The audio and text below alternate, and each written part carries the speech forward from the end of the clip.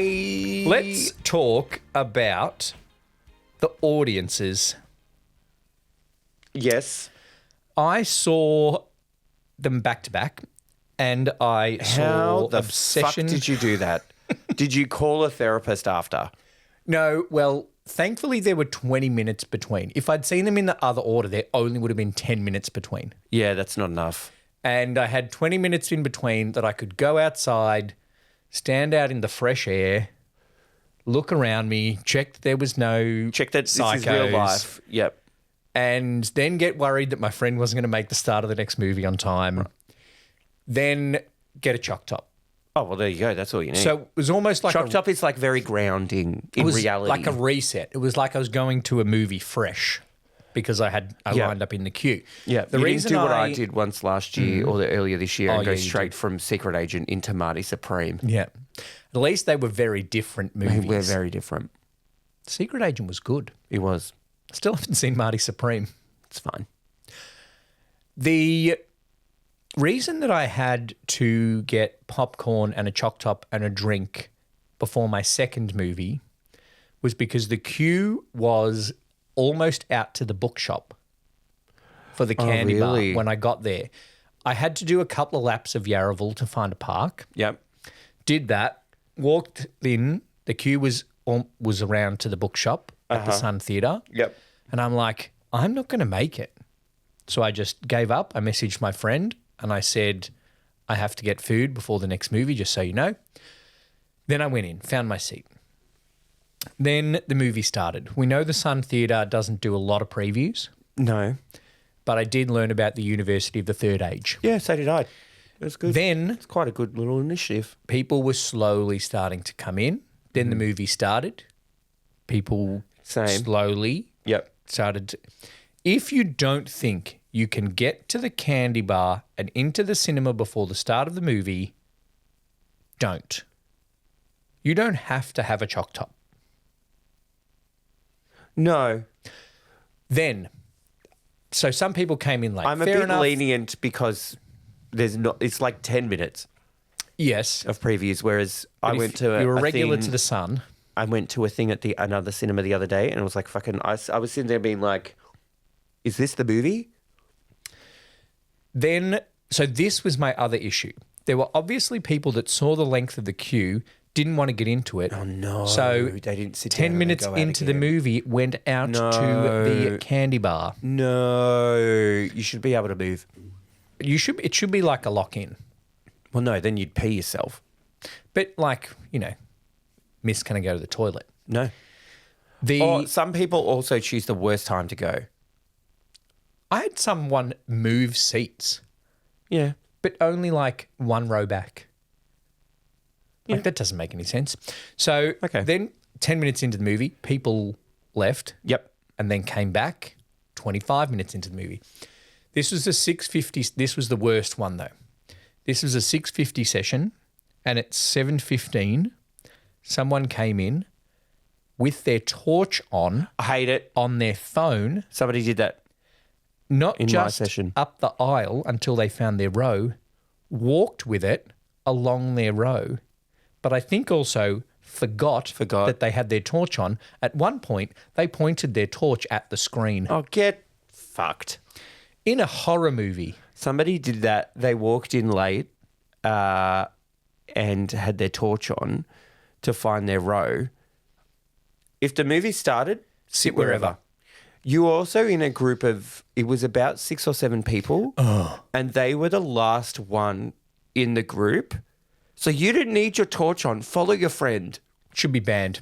And go to row C and sit the fuck down. These people, right, there were 2 of them came in at 7:15. The Grand has the middle, not aisle, but walk across row. Yes. Yeah? Yeah. There were 5 seats in the first row just of the walk across, which is on the same level as the door. Walk in, see 2 seats, sit down. Yep. Remember when we were in the small one? And it has 5 rows of 4 seats each. Yep. The row in front of us completely empty. Mm-hmm. We were sitting back row, the 2 closest to the aisle. Yep.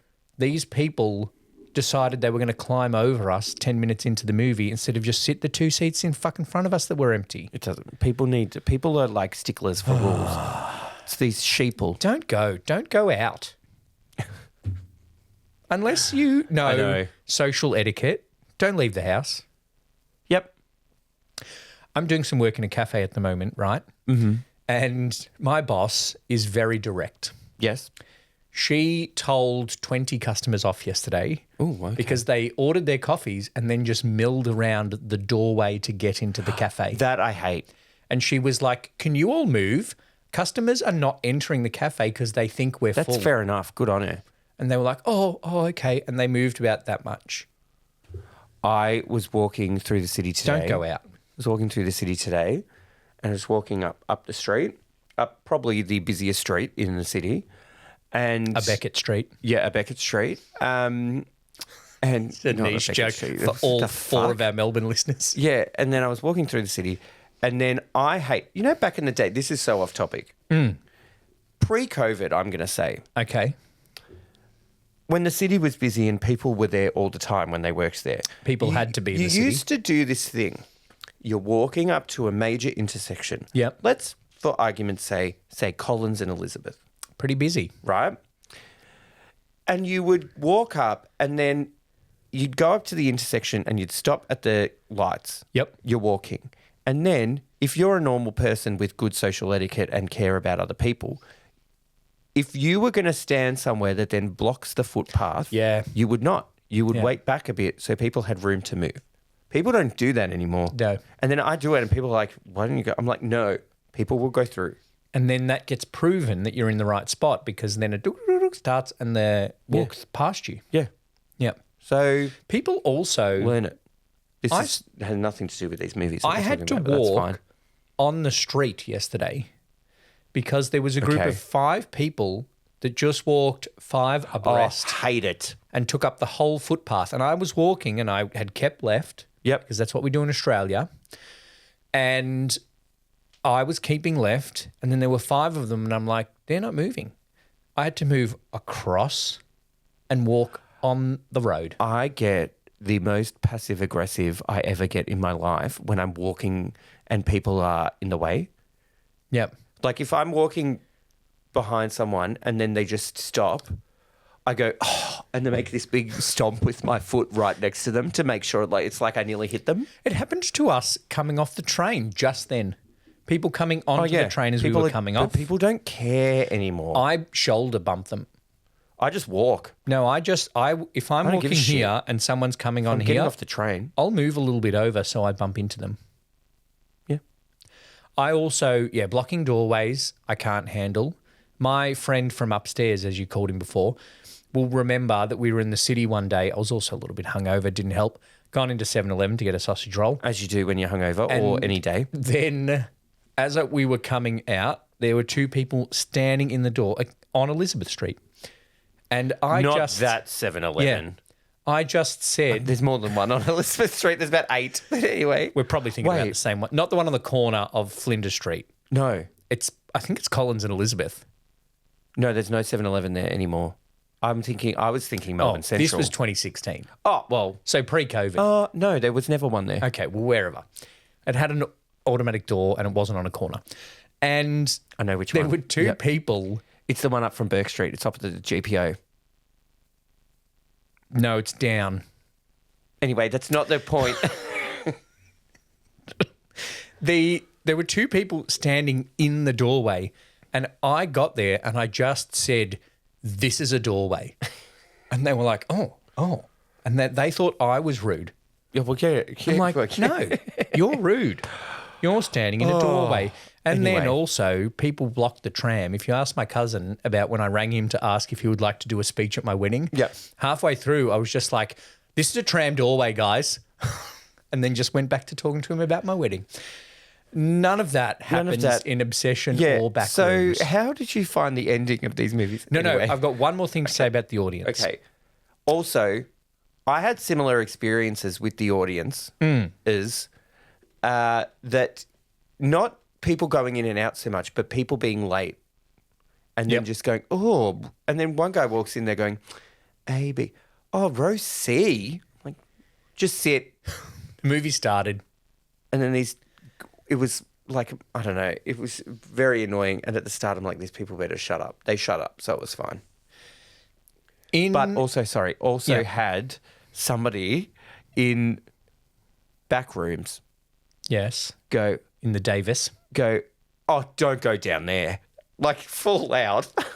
Jada Pinkett Smith at the start of Scream 2. Don't go down there.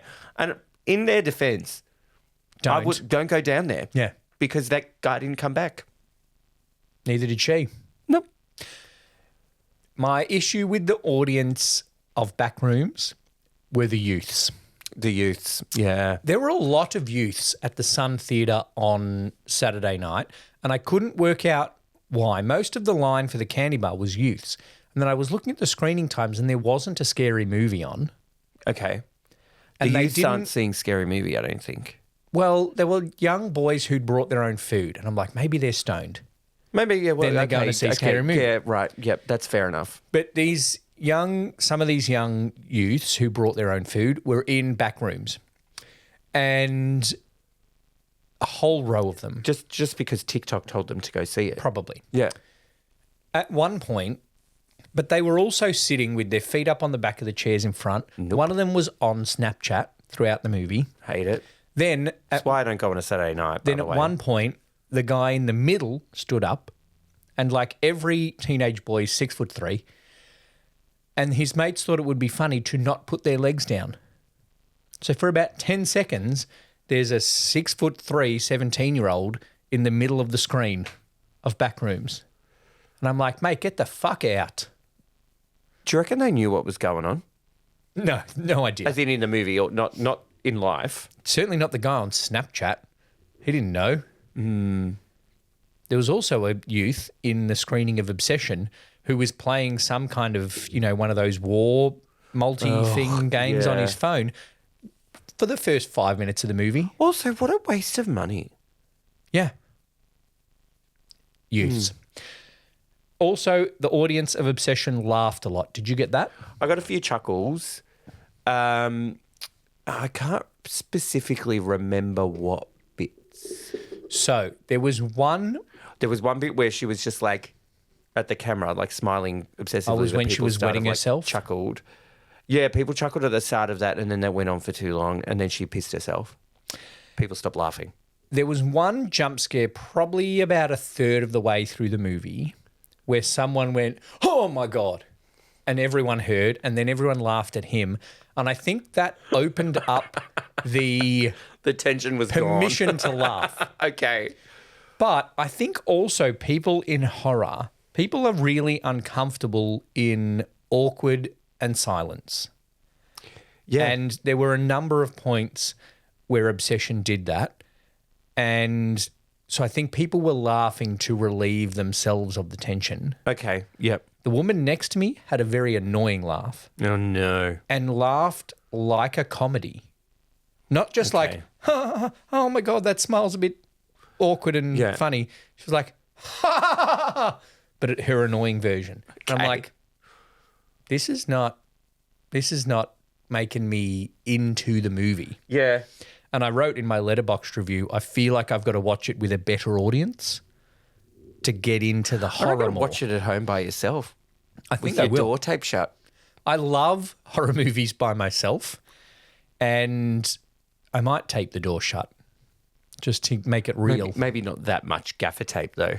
That was great though. And you're right, revealed very well.